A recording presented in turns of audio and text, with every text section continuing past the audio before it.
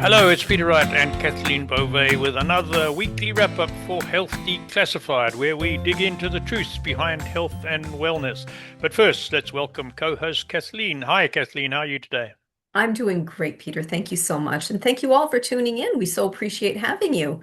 And Peter, you know what I want to talk about today? Oh, what do you want to talk about? Heavy metals in everyday toothpaste. Have you heard about this? Really? Yeah. No, I haven't. I haven't. Yeah, yeah, and it's this is an article from Dr. Mercola's site. We will provide a link to the full article below this Hmm. video, but here are some of the highlights to that article. So they said that there was an investigative report published by Lead Safe Mama, an organization advocating for safety in consumer goods and lead poisoning prevention, and it revealed that 51 popular toothpaste brands revealed that 90% contained lead, 65% contained arsenic, 47% contained mercury, and 35% contained cadmium, and only six Ah, toothpaste tested clean. wow. Heavy metals enter toothpaste through contaminated raw materials like hydroxyapatite, calcium carbonate, and bentonite clay used in manufacturing. So, from a biological standpoint, it says the reason these metals are so harmful revolves around how they disrupt key bodily functions at a cellular level. For instance, cadmium interferes directly with your kidneys' filtration systems. Hmm. In addition, it's been found to affect the lungs and pancreas. It's linked to osteoporosis, anemia, and various other health complications. Wow. So, lead exposure is linked to a wide range of issues such as appetite loss, weight loss, vomiting, constipation, anemia, kidney failure, black gum deposits, and irritability. So, despite evidence, toothpaste companies refuse to remove heavy metals. Some even use legal means to intimidate whistleblowers. Wow. So, switching to a homemade toothpaste made from coconut oil, baking soda, and essential oils offers safer protection compared to mass-produced alternatives. So, the other thing to keep in mind, it says, by the way, dental floss is also filled with toxic chemicals, so be aware of that. Can you Wow. imagine? I mean, it's just, and there was one other thing that, since we're talking about oral health here, that I came across another article, another one from Dr. Mercola, and it is about there's a lot of people in the United States that are advocating for the removal of mercury fillings Hmm. from being used. I mean, it's just, I can't believe this is still being done in North America, but there you have it. And it says here, despite being called silver fillings, dental amalgam is actually 50% mercury, which is a toxic heavy metal that can reach the brain, kidneys, and breast milk. Okay. Wow. So amalgam is now banned across Europe and several other countries, with both the the US FDA and the World Health Organization switching from supporters to opponents of mercury fillings. So while modern dentists avoid amalgam, it's still used on service members, Native Hmm. Americans, institutionalized individuals, and low-income families without a choice. So Consumers for Dental Choice is working to make federal and state programs mercury-free, including the military, Medicaid, and Indian Health Service dental care. We're talking about the United States here. Sure. Um, so there is a convention on mercury that is set to reconvene in November of this year and will aim to mandate a worldwide phase out of dental amalgam with growing international support for the ban. So there you have, I mean, what are your thoughts, Peter? I mean, Wow. it never That's a ends, worry. right? It's just Never ends. why? Never ends. Why? So, Why do this to the public, right? Why? yeah, yeah. Why to, You know.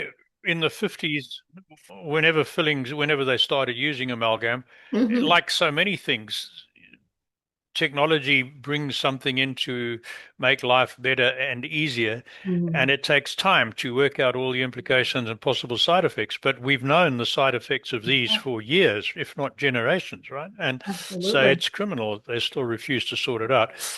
But on Well, that score, you may remember me telling you, and I was just going to say, Peter, and sorry, mercury is a neurotoxin for heaven's sakes, right? It's a neurotoxin. yeah, I mean, you have to have that's right, that's right. hazmat suits to get rid of it, right? You can't you can't just dump it into the trash. There's special, it's very involved in disposing of it, right?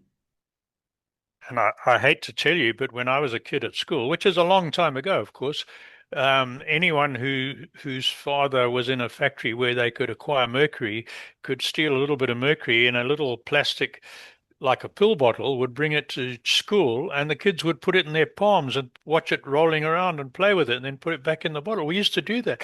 The other source, of course, was in the days when thermometers had mercury rather than red alcohol. That's right. That was a big source of mercury, and kids would play with it. I mean, awful. What I was going to say was, you may recall me telling you in the audience. I don't think I mentioned it to our audience, but I was a cemetery manager for a small Anglican church, rural church in Eastwood, near where I live, for many years. And I can't remember how many years ago, but because our soil is clay and fairly wet, we had to start using concrete crypts in all the graves, right? And one of the reasons for that is to prevent, as coffins and bodies decompose, to prevent mercury from fillings leaching out into the surrounding groundwater. Also, it was not just fillings. It was like if anyone had been buried with a pacemaker, for instance, or any Mhm. other implant, Mhm. those were considered toxic. So, but fillings was a big one, and so now in this part of certainly in this part of the world, all full. I'm not talking about cremations, but all full burials, the coffin is placed in a concrete crypt with a big concrete lid on the top, so it cannot leach out into groundwater. Isn't that So, something? Wow. I didn't. yeah. The other quick one on toothpaste is Mhm. having lived in Africa for most of my life, many African people in the rural areas can't afford toothbrushes and toothpaste, and they will use certain shrubs or trees, and they will take a branch and they will beat the end. There's certain, I think the protea bush is one that works really well, and they will break it up so that the fibers are exposed and it looks like a brush, right? And that's how they will brush their teeth. So there's no danger of them getting in and poisoned with any heavy metals, right? They don't use toothpaste. They use whatever's in that twig or that Clever. shrub. So that was a clever one, huh? Yeah, Mhm. yeah, yeah. I had two quick ones on health, and I Sure. won't take too long. Mhm. The one was a really good article in Epoch Health on prostate cancer, which affects 1 in 8 men worldwide, right? So that's a lot. 1 in 8 men. It's more prevalent in men over 50. And we'll put a link to the article because it's quite a long article, but it's important to be aware of it. Frequent urination, especially at night, is one of the early symptoms of possible problems with the prostate. Frequent urination can be caused by a number of other things. So if that is affecting you, don't panic. It might not be prostate cancer, but Mhm. it's an indication you need to get checked out. If left untreated, it can kill you. Some of the more advanced stages cause pain in your thighs and weight loss and fatigue. That was one. And being an older male, it's something I'm aware of, so I get checked regularly. The other article that I found really good was from the natural health doctor, and he's explaining why he no longer uses sunglasses. And he said that your eyes are not only cameras, they are light sensors. And the amount of sunlight your eyes absorb controls many things, including melatonin production. And melatonin is important for um, combating oxidative stress and a number of other things.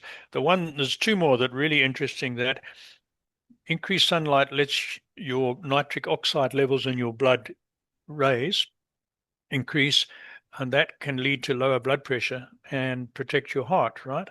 And more sunlight, more exposure to sunlight through your eyes can also help you increase the LDL components, which reduces the harmful cholesterol and improves your liver health. So all of that can come from sunlight exposure. Isn't that interesting? Amazing. Amazing. Nature is amazing. It really is. Yep. Yeah. So that's my little bit on health. Oh, there's a third. I got to mention. I saw it just a few minutes ago before we started talking. There's a video out by a doctor who's saying this whole idea of daily doses of baby aspirin, low dose aspirin, doesn't help protect your heart. It doesn't help keep your arteries flowing, and it's actually dangerous because it can cause internal bleeding, which can lead to all sorts of other complications. So that's another interesting one. Another one that's been popular for years being turned on its head. Anyway, that's enough from health news. What about health tips, Kathleen? You've got a product you want to talk about. A new one, brand new one. A brand new one, Peter, and I'm actually quite excited about it because I saw about, gosh, maybe about 4 months ago, a post on Facebook from a friend of mine, and I just didn't, it was all about hormone balancing, these hormone balancing drops, and I didn't think anything of it. I kind of just let it go by the wayside, but I kept seeing it coming back in my posts. And so finally, I wanted to inquire about them. And I got some information. And in fact, I even started taking these. These are homeopathic drops. And Mm-hmm. for me, it was about hormone balancing. A lot of people are now taking these as a means of to help with weight loss, along with, an appropriate diet, which is always paramount, right? But these amazing homeopathic drops in Canada, they're herbal based, and in the US, they're homeopathic. Um, they're just phenomenal because what it does is the formula assists in the release of visceral fat and subcutaneous fat. So these are fatty deposits located under the skin. It's designed to curb appetite and hunger and assist in weight management, but it's so much more than that. So if you don't have a weight problem, or if you do, and by the way, this is for both men and women, but it also helps to increase your energy. It improves your mood. It decreases the stress hormones. So it really provides a nice gentle shift into your hormones. And that really appealed to me. And I wanted to try them. For the first month, I have to admit, Peter, for the first month, for me, I didn't really see much of a change, but it took me Mm-hmm. towards the end of the second month, and then I started to notice a difference. For me, it improved my sleep because I was not sleeping well at all. Mm-hmm. I had low energy, and one of the It's all right. drops, the second drops that you would take with it helps to metabolize the fats, carbohydrates, and proteins, and helps to stimulate the metabolism. They also have a blend of adaptogenic herbs that help the body adapt to stress, enhance energy levels, stabilize mood, and have a normalizing effect on body processes. So that's what I wanted to mention. And you know what, Peter? We're going to provide a link and you can get 15% off these products. And if you use the link, we'll provide one for the Canadians and one for the Americans. And if you're looking at this video and you're outside of North America, we will provide contact details so you can reach out to me. Great, great. And I've got to say that I mean you've always looked fit and healthy. I know that, but certainly I've noticed you haven't been mentioning bad sleeping badly and lack of energy for some weeks now. I've noticed that difference in you. Yeah, so sounds good, Kathleen. Great, great. Thank So you. let's move on and tell you what's been happening on Health Declassified this week. So on Tuesday we had a really interesting guest. Dr. Elliot Justin, who is the CEO and founder of FirmTech, the world's first sex tech company focused on keeping men firm and fit for a lifetime of enhanced intimacy and pleasure. Wow, that was a mouthful. But this was an interesting episode It because he was. goes into Mhm. what are a lot of the problems that hinder male performance in the bedroom. And he's come up with a tech device that A, records what's happening, and B, helps what's happening happen better. Let's put it that way. This is a tricky subject for me as an old conservative man to get into, because normally these things are not spoken about in public. So I'm not going to say a lot more, but I'm just going to finish off by saying it's a really interesting episode, and I Yes. know many men are concerned about their performance. It's well worth watching this, because even though you think you might not have much future in that area, he will tell you that all hope is not lost, and there's a lot of things you can do to improve, one of which is using his device. So that's a good one. Who have we got coming up? We have a string of doctors, because in 2 weeks' time we'll have Dr. Jeff Gross, who is Gross. I can't remember. Gross. He is Gross. Sorry. He is an expert on stem cell therapy, right? And he was telling us some amazing developments that they've.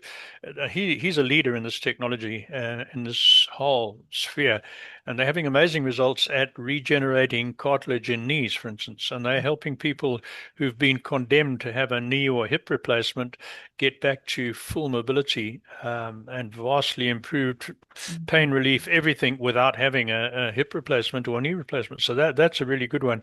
And then 2 weeks after that will be Dr. Lloyd Glauberman, who is big on lifestyle, and he's developed an app that helps you track what you're doing in the form of diet, exercise, stress, just to help you live a healthier life. So those are our next three that are coming up. As always, we have a featured author, and we are featuring today Elaine Uskoski from a couple of weeks ago. She had a problem, or her son had a problem with being addicted to video gaming online, and it just about ruined his life. And she got involved, and she came up with a program to wean him off this. And it was so successful, even though it was hard work, that she's now devoted her life to helping other people, parents of particularly young men, not so much young women, get off this sort of addiction, which is really life destroying. So that's our book for the week, and that's really it for me, Kathleen. There will be a link to the book in the description, of course. That's it for me. Thank you for watching, and back to you, Kathleen. Well, thank you again for tuning in, and until next week, take care, everyone. Bye-bye. Bye.